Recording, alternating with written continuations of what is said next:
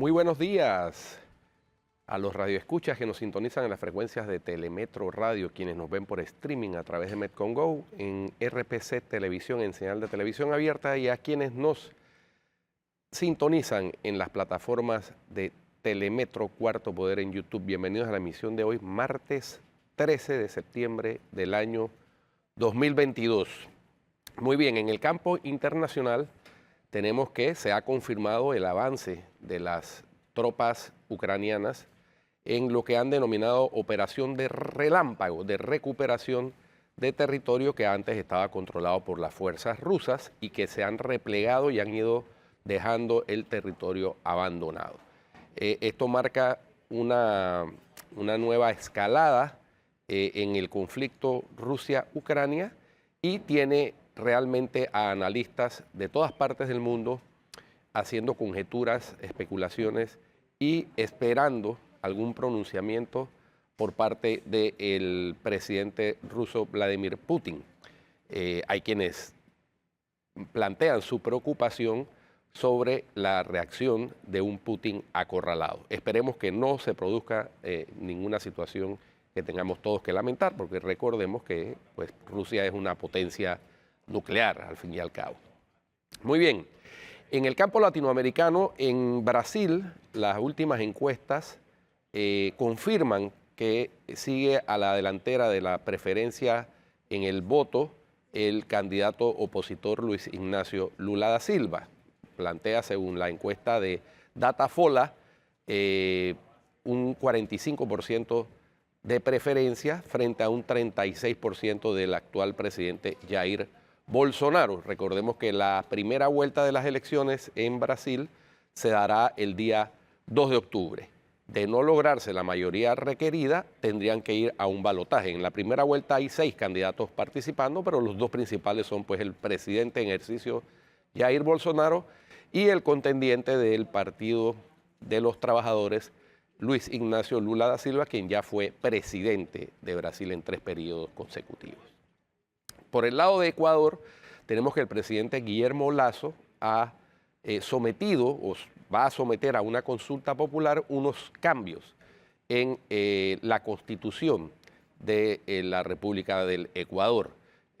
8 preguntas que le formulan a los electores ecuatorianos, consulta que se debe estar produciendo en febrero del año 2023, en donde se plantea, entre otras cosas, cambiar la composición del Congreso ecuatoriano, reducir el número de congresistas, establecer más requisitos para ser elegido congresista, temas relacionados con el medio ambiente y el desarrollo, entre otros. Así que ese pues es el panorama en el campo internacional, lo más llamativo.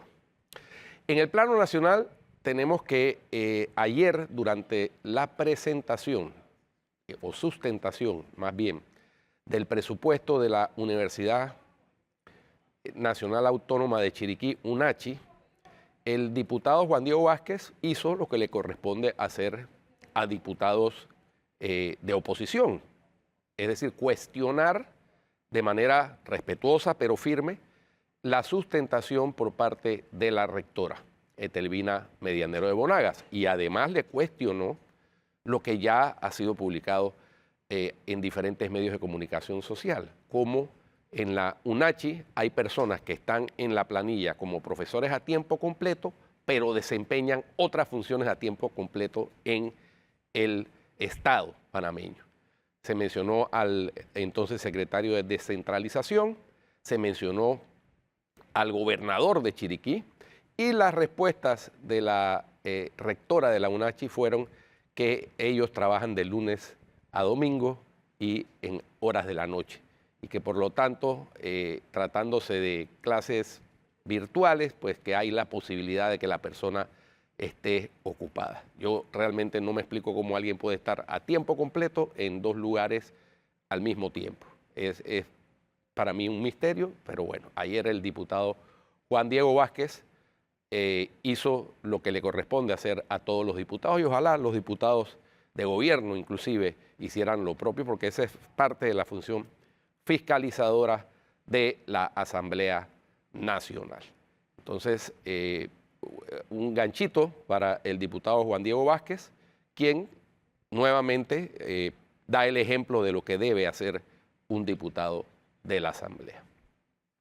Por otra parte, ayer, con un retraso de hora y media debido a problemas técnicos para conectar la señal con las personas que tenían que conectarse a distancia en Estados Unidos, se inició finalmente la audiencia preliminar en fecha alterna del caso histórico más emblemático que pone a prueba la justicia panameña y del cual toda la ciudadanía, o gran parte de la ciudadanía, tiene expectativas de que produzca algún resultado para los implicados en una trama de corrupción que nos esquilmó a los contribuyentes panameños millones de dólares durante muchos años y que además, pues, parte de esos millones de dólares hubieran servido para solucionar algunos de los graves problemas que tenemos en el país, que simplemente vinieron a agravarse en razón de la pandemia. Interesante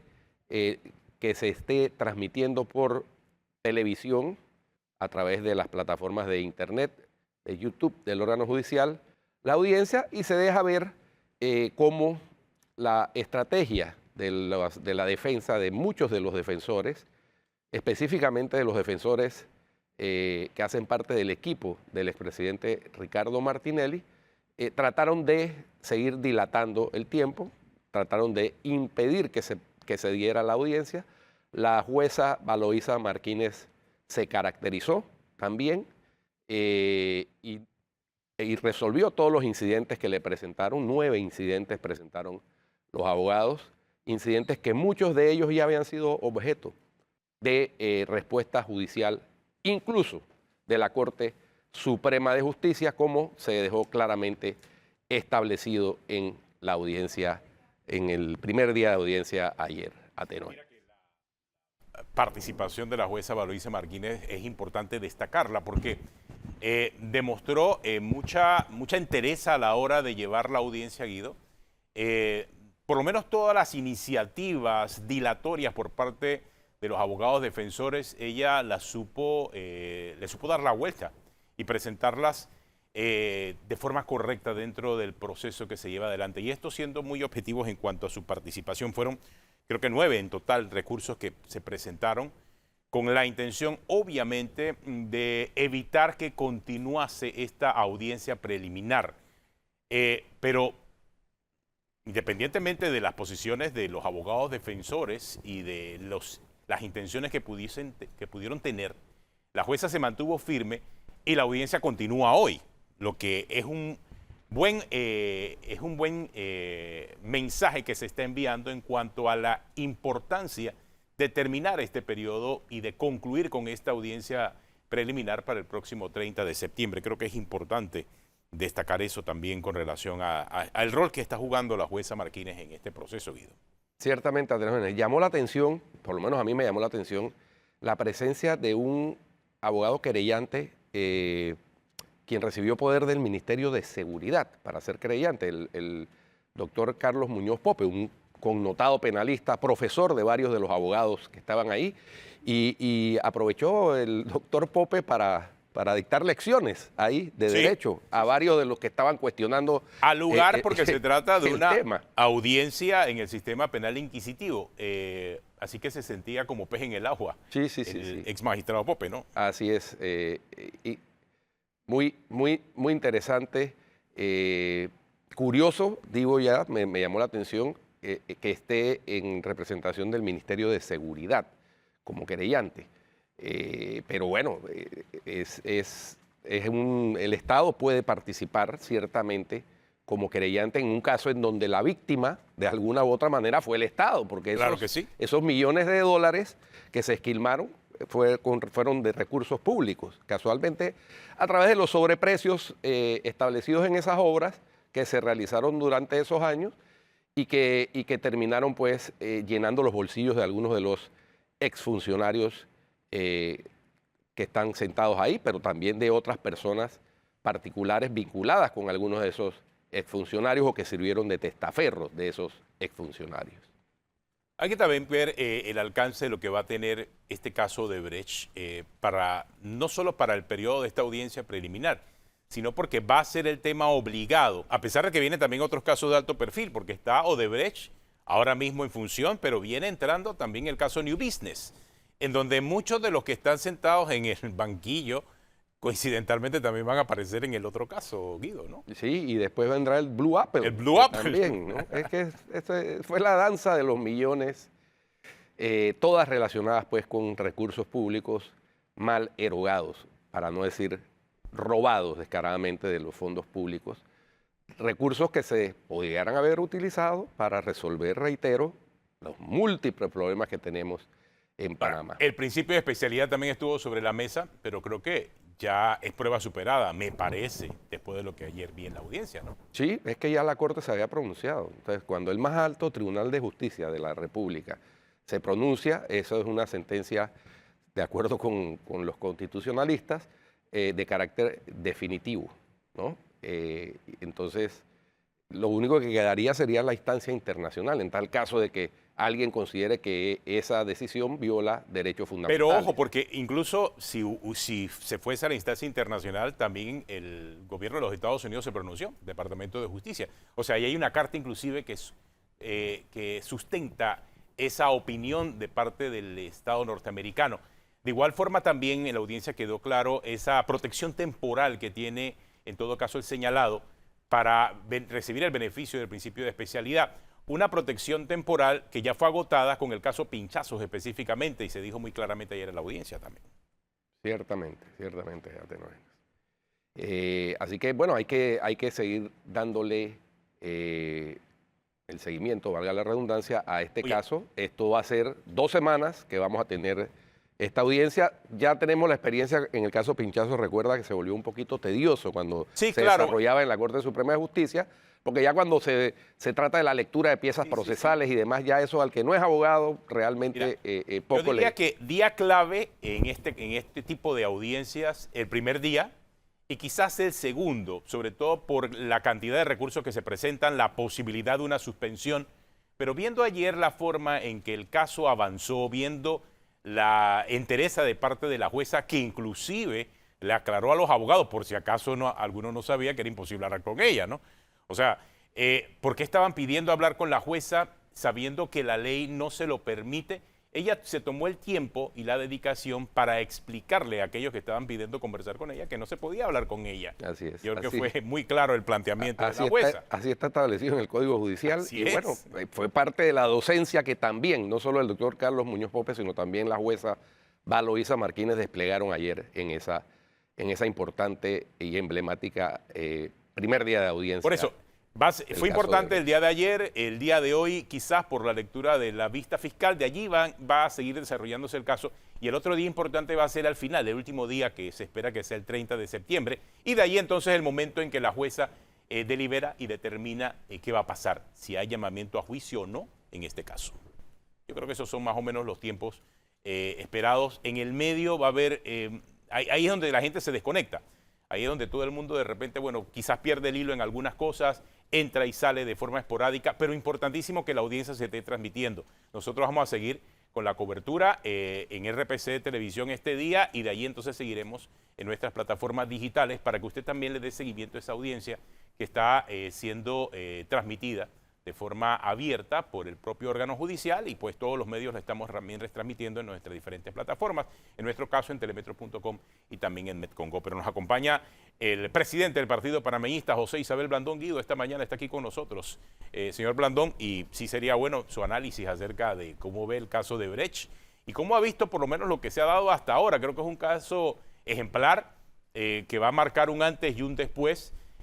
Diría yo que no solamente en lo relacionado con esta relación empresa y gobierno, sino incluso en la clase política, porque yo no sé si conté mal, pero creo que habían como 6 ministros o exministros del gabinete del señor Ricardo Martinelli sentados allí o a la espera de, o como parte de este proceso. Y yo creo que eso es importante destacarlo, esos alcances que tuvo una empresa como Odebrecht hacia la clase política. No sé usted qué piensa, señor Blandón. Gracias por estar acá con nosotros en Cuarto Poder. Gracias, buenos días a ambos y a los televidentes. Mira, Yo creo que efectivamente este proceso es una gran prueba de fuego para la Administración de Justicia panameña. Estamos hablando de un proceso que tiene implicaciones internacionales, donde hubo delaciones en Brasil, hubo delaciones en Estados Unidos, incluso en Estados Unidos ciudadanos panameños han confesado haber lavado dinero de coimas recibidas en Panamá por contratos otorgados en Panamá a Odebrecht, y estos ciudadanos se encuentran detenidos actualmente en cárceles norteamericanas. Hay también procesos en Europa, en Andorra, donde se encontraron cuentas bancarias que presuntamente recibieron dinero de coimas de Odebrecht, además de las delaciones que se dieron aquí mismo en Panamá. Así que como observador desde afuera y como abogado que soy, considero que existen pruebas más que suficientes para que haya condenas dentro de este proceso. Que no resulte así va a ser una gran frustración y un duro golpe a la credibilidad de la justicia panameña, tanto dentro del país como hacia afuera. Y otra cosa que yo saco de la audiencia de ayer es la necesidad impostergable de aprobar la imprescriptibilidad de la acción penal en los casos de delitos contra la administración pública. Porque que nosotros veamos que ayer se reconoció que los casos de corrupción de servidores públicos ya habían prescrito porque han pasado más de 6 años antes de que se diera la audiencia preliminar, es una demostración clara de lo que es la mora judicial, de los resultados que trae y de la falta de certeza del castigo que hay en nuestro país. Una de las cuestiones que siempre me he preguntado, licenciado Blandón, y usted pues como colega abogado puede entrar a analizar el tema, es por qué en materia penal la prescripción sigue corriendo a pesar de que el Ministerio Público esté actuando, cuando filosóficamente se supone que la prescripción es para castigar la inacción del titular de la acción.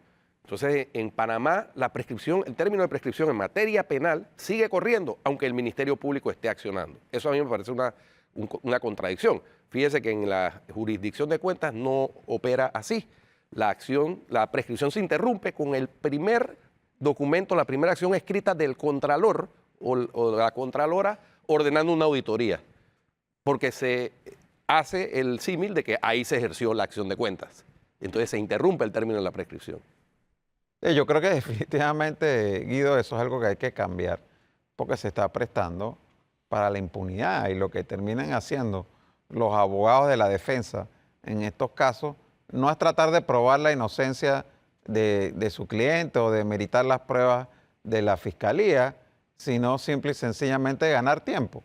Postergar, hasta que llegue el momento de decir, bueno, prescripción, ¿no? Y ese es el clásico juega vivo que, reitero, genera tanta frustración y tanta pérdida de credibilidad en la administración de justicia, porque tú llegas y el ciudadano común y corriente se convence de que si tú agarras a alguien como agarraron en estos días, pescando camarones en el periodo de veda, pues eso sí seguro que van a ir a sufrir la pena máxima, pero el otro que se robó cientos de millones de dólares del pueblo panameño, millones de dólares que eran necesarios para construir escuelas, mejorar hospitales y centros de salud, para arreglar las carreteras. Yo en estos días estuve en Soloy, en la comarca. Eso era una cantidad de huecos increíble desde la Interamericana hasta Soloy.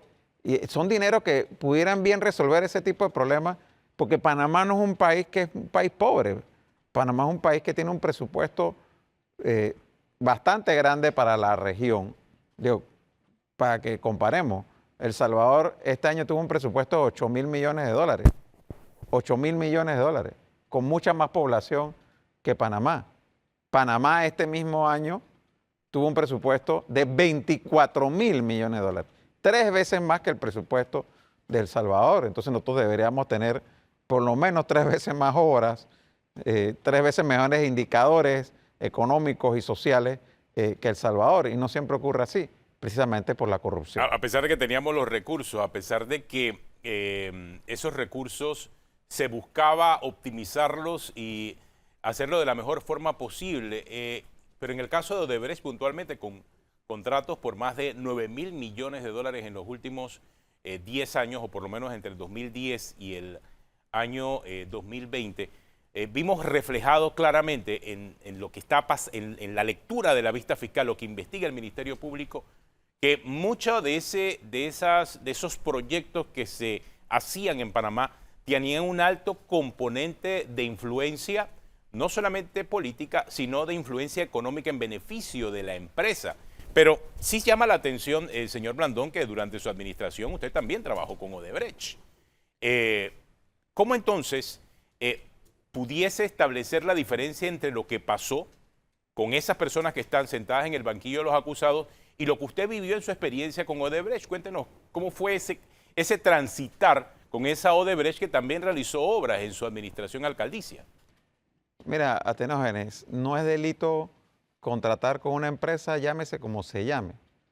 Lo que sí es un delito es recibir coimas de esta empresa, Odebrecht, o de cualquier otra empresa. En los casos que están ahora mismo en investigación, en una audiencia preliminar, existen pruebas de que quienes están allí recibieron dinero. Algunos están alegando que fue donación, que no fue una coima, que fue en campaña. Todo eso es parte del debate y efectivamente tú puedes recibir en campaña donaciones de empresas y eso no es un delito. Recibir una coima por dar un contrato, eso es un delito. Entonces aquí hay cuentas bancarias, aquí hay delaciones. En el caso del contrato otorgado por la Alcaldía de Panamá bajo mi administración a Odebrecht, ni hay cuentas bancarias en donde mi persona o algún otro funcionario de la alcaldía haya recibido dinero de Odebrecht, ni estamos mencionados en ninguna de las delaciones, ni hay prueba alguna de que se haya recibido coima, simple y sencillamente porque no se recibió. ¿Ves? Entonces, y además hay una cuestión muy sencilla, Atenógenes, que hay que tener en cuenta. Ya en el momento en que nosotros dimos ese contrato, cumpliendo con los procesos legales vigentes en ese momento, Odebrecht tenía una supervisión de la justicia norteamericana acá en Panamá que estaba velando por el manejo de los recursos que hacía Odebrecht en sus contratos. Si no había manera humana de que Odebrecht desviara recursos para el pago de coimas. Yo creo que ese elemento es clave. O sea, ya cuando Odebrecht entra en su administración alcaldicia, ya había explotado el escándalo.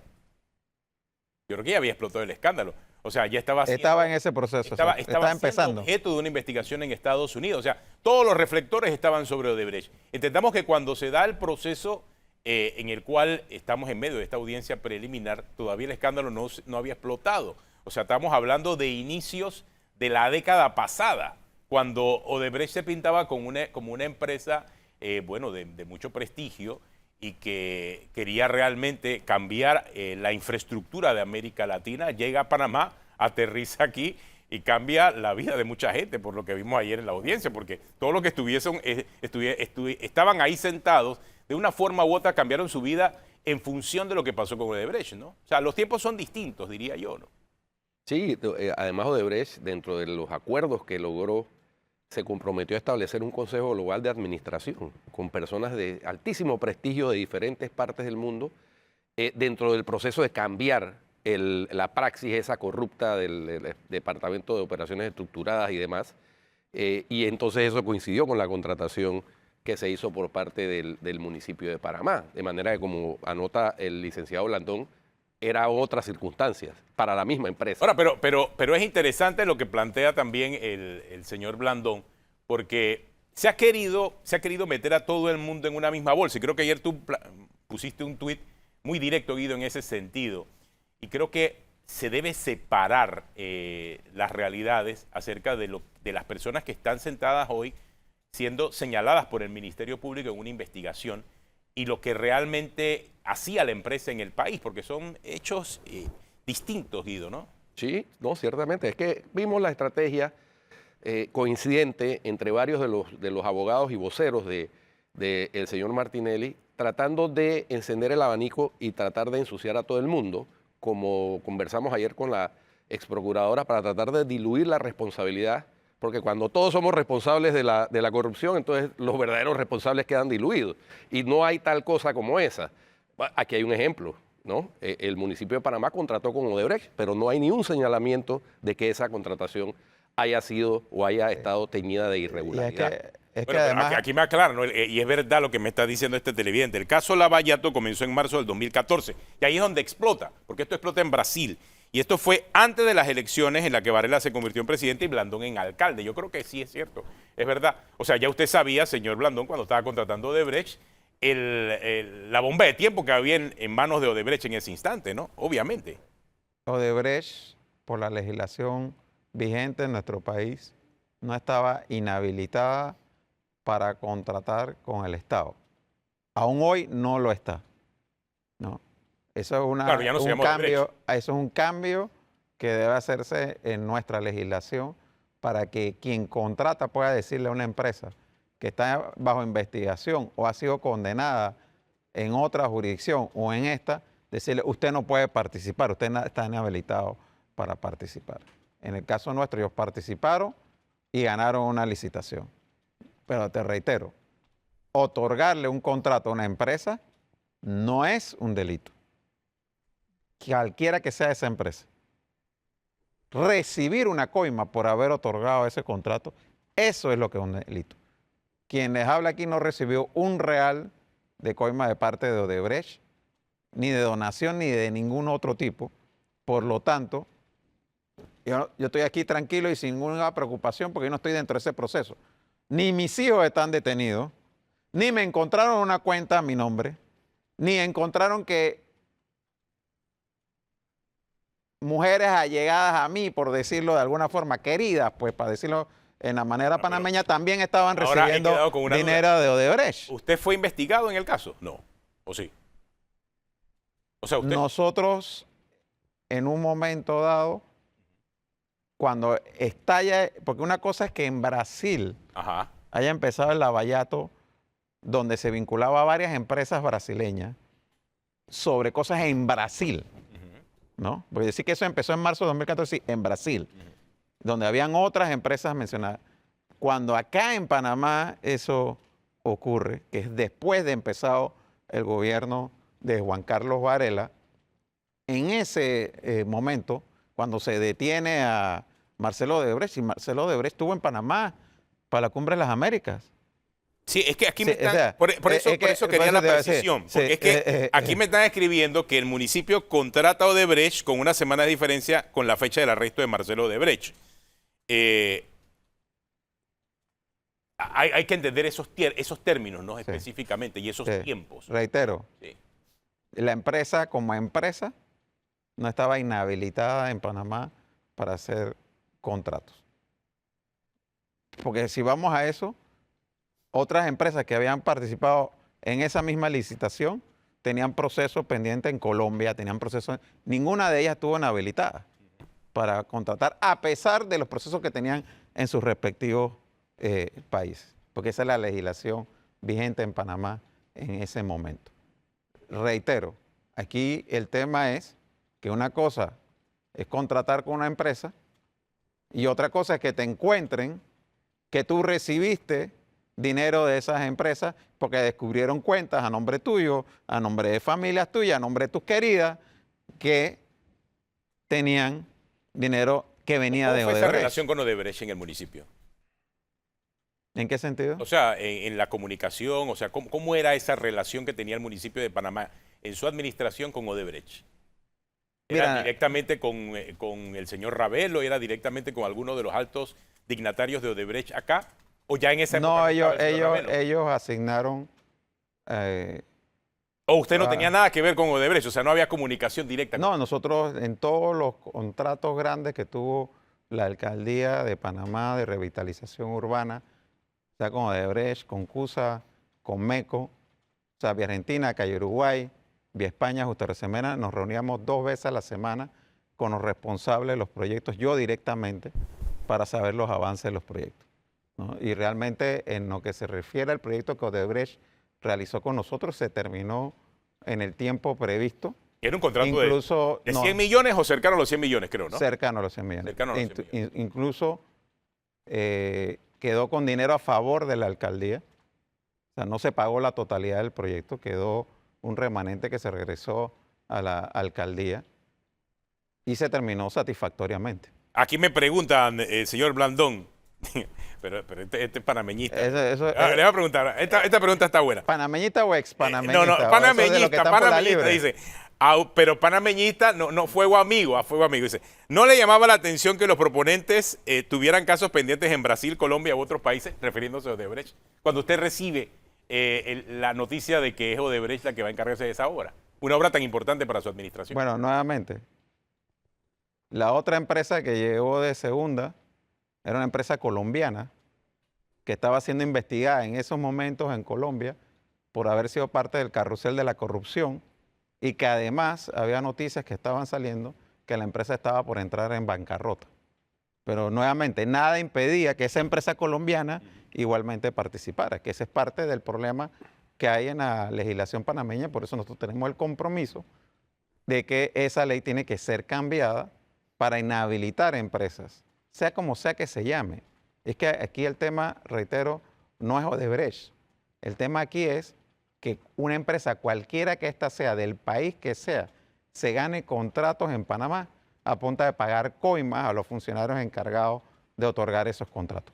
Eso no ocurrió en el caso de la alcaldía de Panamá y ese es la gran rabia que tienen algunos que quieren atacar la figura de uno, porque José Blandón, a pesar de haber sido funcionario por 25 años, suplente 3 veces principal y luego alcalde, jamás ha estado involucrado en una investigación de corrupción, nunca he sido indagado por un caso de corrupción y vivo tranquilamente con mi conciencia limpia sin tener la preocupación de que me vayan a arrestar aquí o en alguna otra parte del mundo. Tenemos una pausa, ya regresamos aquí en Cuarto Poder, hoy hablando con el presidente del Partido Panameñista, José Isabel Blandón, aquí en Cuarto Poder. Regresamos.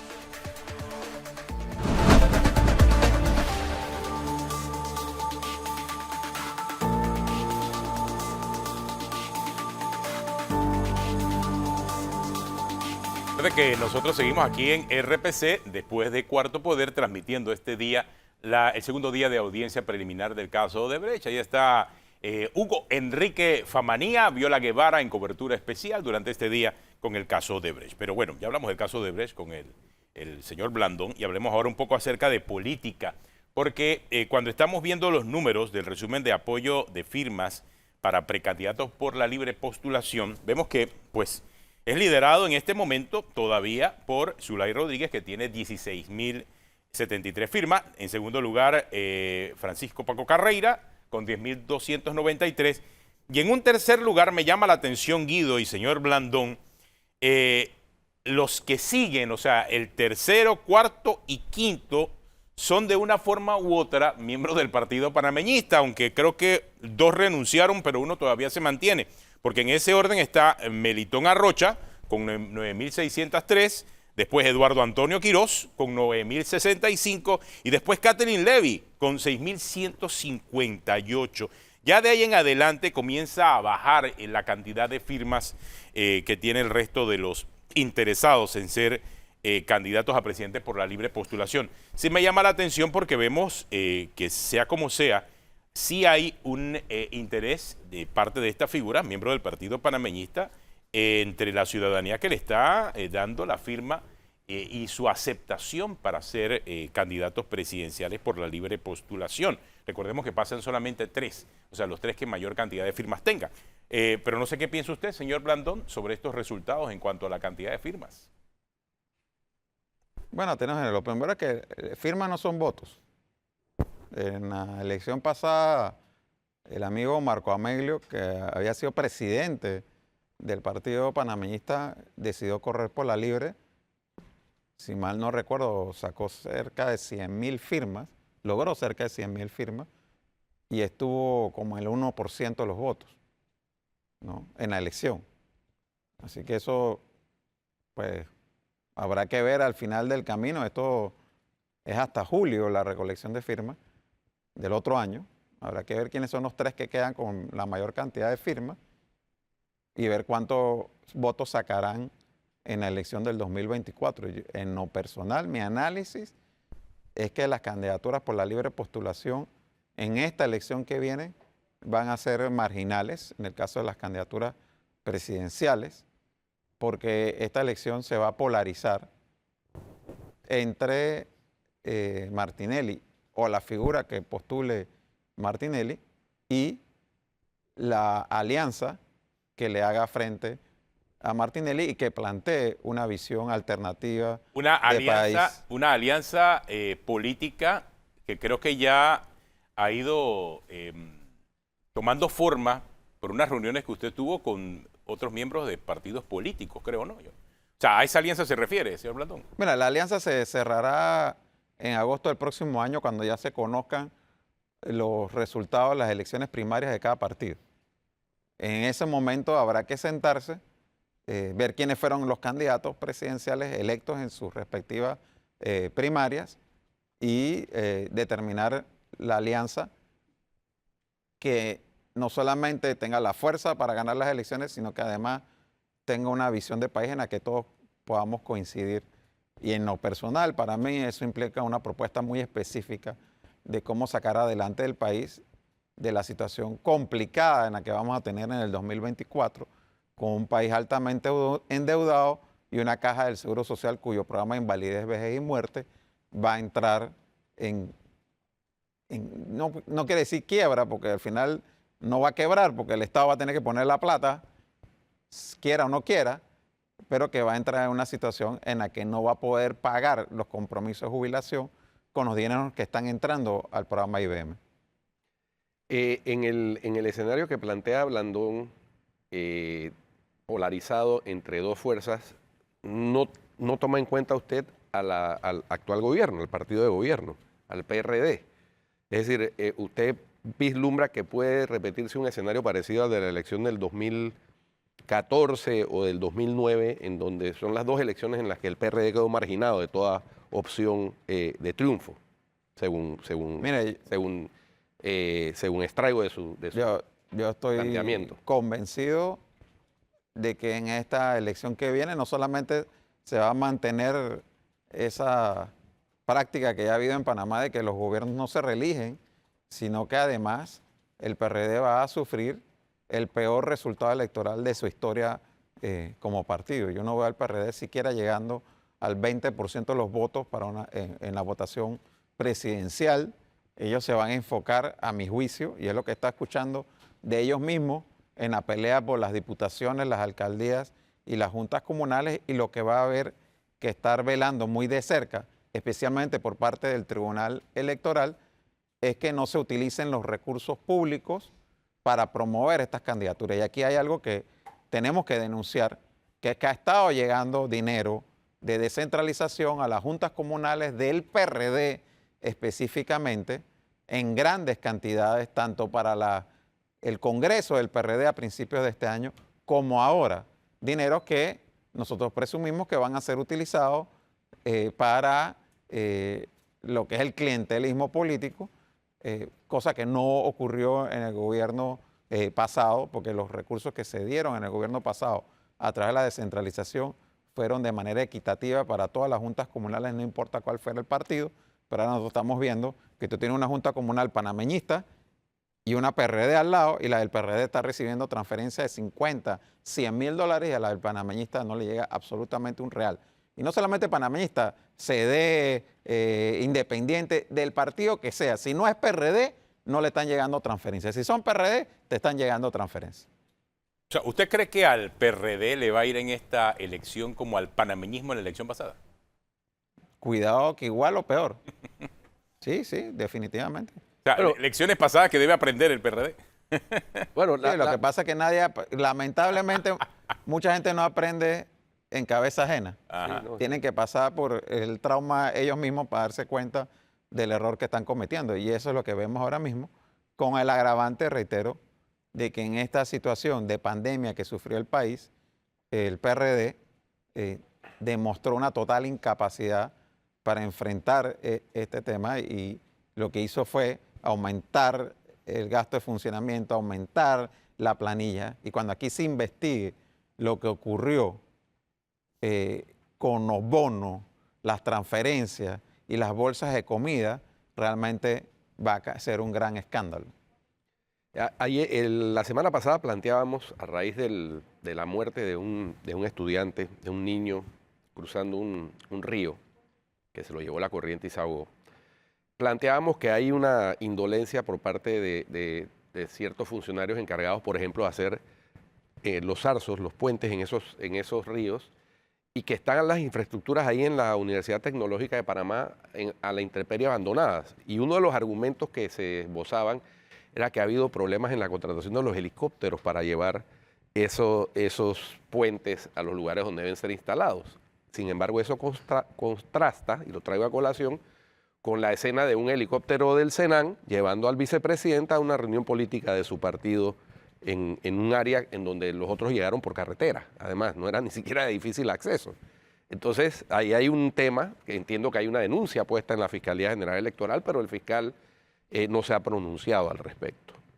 Mira, sobre el tema de los zarzos, yo me permito recomendar un hilo que publicó ayer en Twitter el exministro de Ambiente, Emilio Sempris, donde explica que se habían contratado un poco más de 60 zarzos en áreas de difícil acceso en nuestro país, que se llegaron a construir 23 en el pasado gobierno y que cerca de 40 han quedado por construir en esta administración, donde estuvo involucrado la UTP en el diseño de los zarzos, todo como bien has mencionado, y hay una gran irresponsabilidad porque estos zarzos salvan vidas. Y realmente nosotros tenemos una situación muy precaria, especialmente en la comarca, en las áreas más apartadas del país, donde todos los días de clase cientos de niños y jóvenes arriesgan su vida cuando hay temporada de lluvia, tratando de ir a estudiar, soñando con un mejor futuro. Entonces aquí nosotros tenemos una responsabilidad como país, porque reitero, este no es un país pobre. Cuando tenemos un expresidente que es hecho público y notorio, que hizo una fiesta para celebrar su primer billón con una gorra que decía 1B, ¿me explico? Que en gran parte era de fondos públicos. Entonces uno tiene una idea de la magnitud que este país ha perdido producto de la corrupción. Se refiere al expresidente Martinelli, claro, ¿no? Bueno, ese es el que es un hecho público notorio que decían que la fiesta esa del billón. Oiga, hablando del expresidente Martinelli, sí lo que dijo al principio me llamó la atención. De correr el expresidente Martinelli ahora en el 2024, ¿usted ve que la única forma de poder enfrentarlo va a ser con una gran alianza de partidos políticos? Mira, no se trata de que sea la única forma de poder enfrentarlo. Yo creo que hay una responsabilidad muy grande para el próximo gobierno del 2024 y que para poder cumplir con esa responsabilidad, ese gobierno va a necesitar de tener gobernabilidad. Eso implica ganar con un margen amplio, no simplemente como ganó el presidente Cortizo con un 33%. Y segundo, implica tener mayoría en la Asamblea Legislativa para poder llevar adelante la agenda que se debe presentar si se quiere ser responsable con el país. Porque reitero, y yo creo que quienes nos están escuchando tienen que tener eso claro, no es mentira, no es viene el lobo o viene el cuco. La caja del Seguro Social se queda sin dinero para pagar la jubilación de más de 300,000 panameños en el 2024, dentro de menos de 2 años, 2024. Que eso ha sido una irresponsabilidad de sucesivos gobiernos que no atendieron el tema. Totalmente de acuerdo. Pero lo cierto es que tenemos el problema y hay que enfrentarlo. Y si este gobierno no lo va a enfrentar, como creo que no lo va a hacer, ni va a dar ningún paso en la dirección de mitigar los efectos de lo que nos viene encima, le va a tocar al gobierno del 2024 encontrar una respuesta. Porque lo que no va a poder hacer Atenógenes es venir y decir, señores jubilados, sorry, disculpen, por culpa del gobierno pasado y de los anteriores a ese, no hay plata para pagarles. No les vamos a pagar en los próximos meses y veremos el próximo año si hay plata para pagarles algunos de los meses que les toca recibir su jubilación. Eso no va a poder ocurrir. El próximo gobierno va a tener que tomar decisiones y cualquiera que sea la decisión que tome, va a ser una decisión que va a afectar intereses de otras personas. Ya sea que diga que vamos a sacar $1.000 millones del presupuesto y que vamos a dejar de pagar compromisos del Estado o a dejar de hacer obras que estén contratadas, o ya sea que diga que vamos a tomar medidas paramétricas, es decir, aumentar edad de jubilación, aumentar densidad de cuotas, lo que sea que se decida, va a tener un alto costo para el país. Pero eso es producto precisamente de la responsabilidad de no haber querido enfrentar el tema mucho más antes, a sabiendas de que tarde o temprano íbamos a llegar a la situación en la que estamos ahora y que va a ser aún peor en el 2024. Siendo el tema de la Caja de Seguro Social, a su juicio, el más apremiante. O sea, la necesidad de que el próximo gobierno no pueda seguir pasando la pelota con el tema del Seguro Social. ¿Seguro usted? Es que es que se acabó, sí, exacto. Se acabó la cancha. Se acabó la cancha. Aquí no va a haber chance de pasarle la pelota a más nadie. O sea, los estudios son claros. En el 2024, el Fondo de Invalidez, Vejez y Muerte va a recibir, números redondos, cerca de $1.000 millones de cotizaciones de todos los que estamos cotizando aún hoy en día, pero va a tener que pagar en jubilaciones cerca de $2.000 millones. El hueco es $1.000 millones. $1.000 millones. Aquí cuando el gobierno ha dicho que para ayudar a solventar el problema de la crisis financiera del programa de Invalidez, Vejez y Muerte, se va a pasar la mitad de los nuevos ingresos de la minera. Estamos hablando de que son más o menos 350 millones que irían al Fondo de Invalidez, Vejez y Muerte, según esa propuesta, que no sabemos si se va a concretar porque aún no han presentado el contrato a la Asamblea. Entonces, pero si eso llegara a pasar, es apenas el 30% de lo que se necesita para cubrir el agujero que va a haber en la Caja del Seguro Social. Si nosotros llegáramos y dijéramos, bueno, vamos a recortar todos los gastos excesivos de funcionamiento que hay dentro de la Caja del Seguro Social, vamos a pasar los excedentes, del programa de administración al programa de Invalidez, Vejez y Muerte, como lo permite la ley, si la Junta Directiva así lo aprueba. Si nosotros decimos, vamos a mejorar los rendimientos de las inversiones de la Caja del Seguro Social y vamos a decir que vamos a vender o vamos a hacer inversiones con los terrenos que tiene la Caja del Seguro Social, que tiene terrenos en playa, tiene terrenos en el centro de la ciudad, tiene terrenos en la calzada de Amador. Si hiciéramos todo eso, si acaso llegamos a cumplir los $1.000 millones del primer año. Sí. ¿Me explico? Entonces, tenemos que entender la magnitud, la gravedad del asunto. Así es. de la gravedad de este asunto, porque nosotros no nos podemos permitir el lujo en el 2024 de que tengamos, primero, un gobierno presidido por un corrupto, perseguido por la justicia, que no puede salir del país, porque si sale del país lo meten preso. Uno. Dos, tampoco nos podemos permitir tener a alguien inexperto, sin mayoría en la Asamblea, que va a venir a improvisar y a ver qué tal le vaya a aprender desde la gestión del gobierno. Entonces tenemos que pensar muy bien a quién vamos a elegir para que pueda sacar al país adelante de lo que se nos viene encima. Tenemos una pausa, ya regresamos aquí en la parte final de Cuarto Poder. No se vaya, señor Blandón, para que despidamos.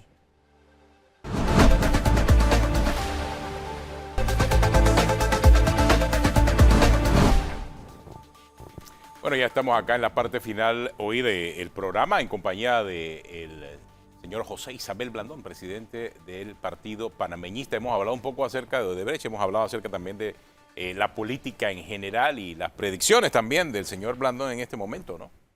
Porque lo que viene en la política va a estar más allá del fenómeno también de los independientes. Sí, interesante los planteamientos porque sí, ciertamente el presidente Cortizo obtuvo el triunfo con 33%, repitió la misma cifra que había obtenido el expresidente Pérez Valladares en su momento, y obtuvo mayoría en la Asamblea. Sin embargo, eso no le ha sido garantía de gobernabilidad, porque la Asamblea se ha constituido ahora en un factor. Hay quienes califican el régimen como una dictadura desde la Asamblea. El pronóstico suyo de la presidencia es uno, pero el de la Asamblea es otro, porque creo que en los últimos 10 años el PRD ha gobernado la Asamblea. Sin problemas, sí, con Martinelli, con Varela y ahora con Cortizo. ¿Qué va a pasar en la Asamblea? ¿Usted cree que esa hegemonía del PRD en la Asamblea se acabe? Sí, yo creo que dependiendo de cómo se conforman las alianzas, esta hegemonía del PRD se va a perder en esta elección, porque además yo creo, te reitero, que para mí el PRD va a quedar por debajo del 20% en la votación presidencial y eso termina incidiendo en la votación hacia abajo. La votación de presidente marca mucho qué pasa hacia abajo. Entonces, por ahí es que yo veo que sí va a haber un intento de parte del gobierno y de autoridades ya electas de desviar la mayor cantidad de recursos públicos a promover los candidatos locales del Pero PRD sí le para recuerdo- tratar de asegurar mayoría en la Asamblea. Hay excepciones. Y les recuerdo que en la última elección, si bien es cierto que el PRD ganó en la presidencia, pero en bastiones claves no necesariamente ganó el PRD. Pero salieron los diputados, ¿ah? Salieron los diputados. Recordemos el caso de Bocas del Toro, Panamá Centro, Sí. San Miguelito, por ejemplo. Sí, pues que nuevamente el tema, lo que ha pasado aquí pasó en el 2014, por ejemplo. Ujú. El CD pierde la presidencia, pero gana una gran cantidad de diputados Así es. por el uso desmedido que hubo de los recursos públicos para promover los candidatos del CD. Iban en camiones entregando neveras, estufas, de todo tipo de utensilios y mobiliario. ¿A costa de quién? De los recursos de todos nosotros. Porque era de a costa de los impuestos, eran neveras, estufas pagadas con fondos públicos. Entonces, aquí nosotros tenemos una situación en la que yo veo que el PRD va a intentar hacer lo mismo, en donde se están desviando fondos de descentralización para pagar a las juntas comunales. Sería interesante que el Ministerio de Economía y Finanzas, por ejemplo, rindiera un informe, o la misma Dirección de Descentralización, de dónde ha estado asignando recursos, para que veamos que en su gran mayoría las juntas comunales que han estado recibiendo recursos fuera de lo que establece la ley de descentralización, que es $110,000 por igual a todas las juntas comunales, te vas a encontrar que ha habido juntas comunales del PRD, en su gran y abrumadora mayoría, que han estado recibiendo $50,000, $40,000, $100,000, $200,000 a sus cuentas directamente de descentralización, sin ninguna otra justificación que es pertenecer al partido al que pertenece. Bueno, gracias, señor Blandón, por acompañarnos. José Isabel Blandón, el presidente del Partido Panameñista, aquí en Cuarto Poder. Terminamos Cuarto Poder.